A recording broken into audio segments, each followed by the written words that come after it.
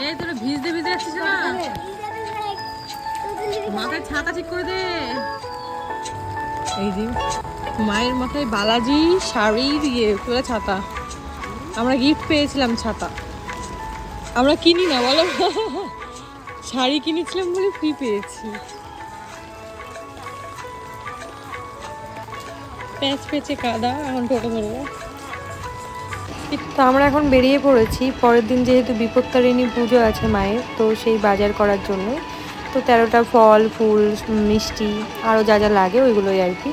তো আসার সময় দইল আবার একটা বাস্ট খাওয়ালো, তো সেটা নিয়েই খেতে খেতে চলে আসলাম বাজারে। মুখ অলওয়েজ চলে। তো যাই হোক, প্রথমে চলে আসি আমরা ফলের দোকানে, আর এদিকে মা ফল কিনছিল। আজকে আবার সোমবার ছিল, শ্রাবণ মাসের প্রথম সোমবার, তো অনেকেই করেছে, আমার মাও করেছে। তো মায়ের তো পরপর দুদিন পুজো, আজকে শিব পুজো, পরের দিন বিপত্তারিণী পুজো। আজকে বাজারে আসতেই হতো, তো অনেকক্ষণ ধরে রেডি হয়ে বসেছিলাম বৃষ্টি থামার অপেক্ষায়, বাট থামলো না। আমরা ভেবেছিলাম বৃষ্টি আর থামবে না, তো ওই জন্য বৃষ্টির মধ্যেই বেরিয়ে পড়েছিলাম। তারপর সব কেনাকাটা করে চলে গেছিলাম দিদির বাড়িতে। বাজার টাজার করে এখন যাচ্ছি দিদির বাড়ি। তো দিদি কল করেছিল একবার দেখা করার জন্য, বাড়ির কাছে এসেছি। পূজা এই ডাক্তার লেগে গেছে, দেখি কাউকে দেখতে পাচ্ছি না এই মুহূর্তে। দিদি কিরে, গেট মেট লাগিয়ে দিয়ে আয় আয় করছে।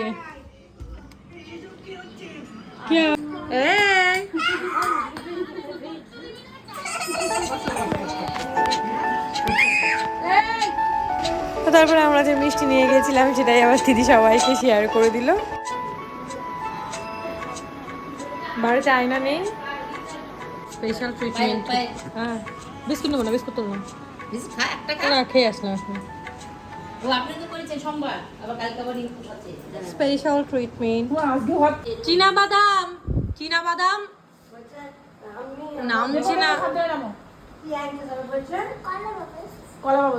কি কলা বাবু, গাড়িতে করে যাবি এখান থেকে এইটুকু 2 মিনিটের রাস্তা। ও গাড়ি আছে, আমাদের গাড়ি নিয়ে গেছে।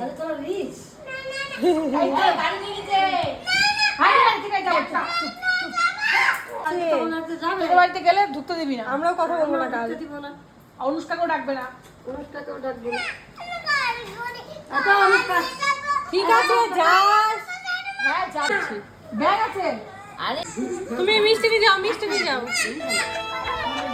কাকিমা এখানে দিয়েছে বর্ধমানের ল্যাংচা, যেটা দিদির মামা শ্বশুর এনেছিল। যতবার ভাবে মেনটেন করবো মিষ্টি মিষ্টি খাবো না, তাও মানে কি বলতো মিষ্টির প্রতি লোভ সামলাতে পারি না আর কি।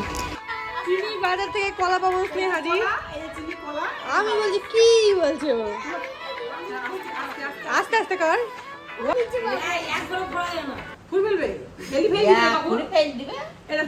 ফুদে ফুদে